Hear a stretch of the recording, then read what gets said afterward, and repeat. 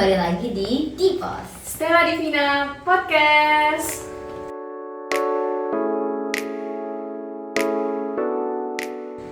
Oke, sekarang aku Giovanna Aurelia sebagai pembawa acara dan kakak manis kita.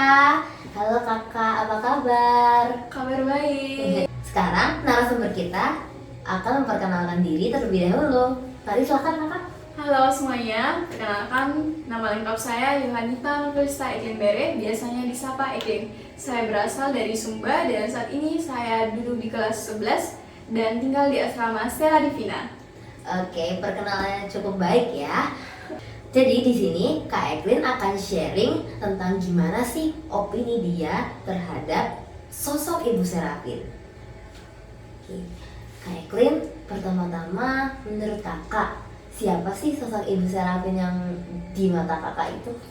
Oke, jadi ini menurut pendapat saya pribadi ya. Jadi kalau dari saya itu sosok Ibu Serafin itu adalah seorang tokoh yang mendirikan kongregasi ADM yang bahkan kongregasinya bertahan sampai saat ini, di mana banyak sekali para suster dari berbagai daerah yang ikut bergabung dalam kongregasi ADM. Selain itu juga sosok Ibu Serafin ini adalah sosok yang menjadi inspirasi ya bagi para suster maupun anak-anak muda yang cewek-cewek ataupun yang cowok-cowok. Selain itu, sepengetahuan saya juga sosok Ibu Serafin ini adalah salah satu sosok yang sangat menginspirasi para suster dalam kehidupan sehari-harinya melalui karya kerasulan Ibu Serafin dalam hidup membiaranya itu sangat menginspirasi para suster juga tentunya. Oke.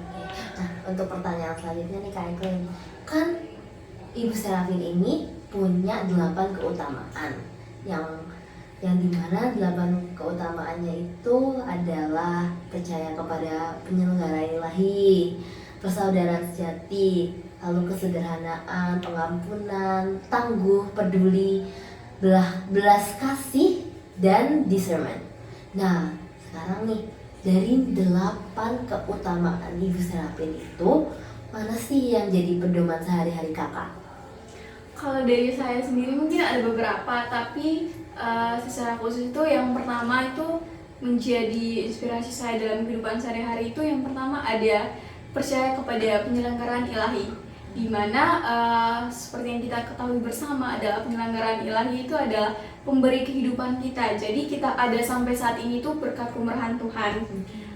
Kemudian ada discernment. Nah, discernment ini bagaimana kita sebagai suatu pribadi membedakan mana yang baik dan mana yang buruk. Kalau misalnya kita bertindak sesuatu sebagai pelajar pun kita tahu, oh ini yang kita lakukan ini baik atau enggak kita lakukan ini salah, berarti jangan dilakukan seperti itu. Berarti yang percaya kepada penyelenggaraan ilahi dan discernment itu ya? Oh iya. Secara khusus itu sih untuk sementara. Iya sih, benar sih. Memang bagus sekali ya ini 8 keutamaannya ini. Tapi memang secara khusus memang saya setuju dengan pendapat Kak Eklin ini. Nah, untuk pertanyaan ketiga nih Kak Eklin, kenapa sih Ibu Serafin ini menjadi tokoh yang menginspirasi Kak Eklin? Oke, sebenarnya itu sosok Ibu Serafin itu saya baru mengetahuinya setelah saya masuk asrama. Karena secara khusus kan Ibu Serafin itu adalah pendiri kongregasi ADM.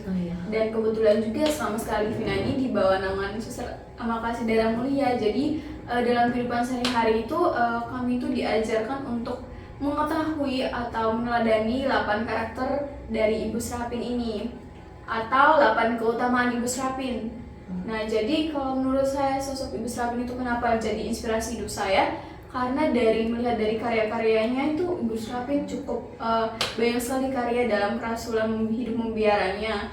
Kemudian di sisi lain juga Ibu Serafin itu orang yang punya kepedulian tinggi terhadap sesamanya. Kemudian yang saya sedikit ketahui tentang sosok Ibu Serafin juga itu dia tuh pernah menolong atau bahkan sering menolong orang-orang yang menderita sakit. Jadi menurut saya sosok Ibu Serafin itu ya sangat berbelas kasih terhadap kehidupan sesama seperti itu. Benar-benar iya sih, menginspirasi banget ya. Pantas aja sih menjadi tokoh yang diinspirasikan, menjadi inspirasi terutama bagi para suster-suster amal kasih dalam apalagi mulia ya. anak asrama ya. Iya pasti sih, anak asrama sih. Oke, sekarang yang keempat nih Kak Eklin. Aduh maaf ya saya banyak nanya. Oh ini ada beberapa banyak pertanyaan sih. Aduh ada banyak Kak Eklin, maaf semoga tidak ini ya, semoga tidak bosan ya. Apa-apa. Semoga yang nonton juga tidak bosan ya. Oke, ya, pertanyaan yang keempat nih Kak Eklin. Iya. Nih kesan menjadi anak asrama nih ya. Ini dari langsung dari orangnya nih ya, langsung dari anak asramanya nih yang di bawah naungan suster amal kasih dalam mulia. Wah ini nih agak susah dijawab nih kayaknya nih. Deg-degan gak sih? Salah jawab. Ya oke pokoknya itulah ya. Mungkin habis ini dari saya mungkin hostnya juga bisa ikut menjawab ya biar makin seru. Oke, secara khusus itu kesan saya sebagai anak asrama di bawah naungan suster-suster amal kasih darah mulia, saya merasa kagum sih sebenarnya karena banyak sekali edukasi yang diberikan oleh para suster untuk kami anak-anak asrama, baik dari cara hidupnya, karakternya, kemudian kepekaannya dalam kehidupan sehari-hari itu banyak sekali yang kita dapatkan. Bahkan mulai dari kedisiplinan pun kita dilatih. Kalau misalnya dari rumah yang sebenarnya kita itu belum tahu apa-apa tentang pekerjaan ini atau tentang belajar untuk menerima kepribadian satu dengan yang lain, karena kan di asrama kita banyak sekali kan dari daerah, berbagai daerah gitu teman-temannya dengan pola pikir dan sifat serta budaya yang berbeda-beda. Iya, anak-anak yang apa ya harus tinggal satu atap satu rumah gitu ya. Bahkan udah dianggap keluarga gitu loh dalam satu rumah ini. Nah jadi menurut saya kesan saya itu sangat kagum sih sebenarnya, dan juga senang karena di asrama itu banyak sekali teman-temannya kan, jadi menambah juga teman, relasi gitu. Seperti itu sih menurut saya. Ya betul sih, benar-benar memang di asrama tuh sebenarnya seru banget, seru karena itu kayak nggak pernah ada kata bosannya gitu loh. Iya pasti apalagi karena kita selalu tinggal satu atap satu rumah, chemistry yang kita bangun juga semakin meningkat ya. Iya bener sih, bener saya setuju sih. Mungkin nggak perlu tambahan lagi ya, itu udah fix banget, itu udah bener banget. Oke. Ya lanjut aja. Oke, yang kelima nih, first impression ketika mengenal suster amal. Aduh, ini yang buat pertanyaan siapa sih? Aduh, ya ampun. Tim sosmednya nih agak. Oke. Untuk pertanyaan ini tuh sebenarnya sebelum saya masuk ke asrama ini, saya sama sekali tidak mengenal salah satu pun suster ADM.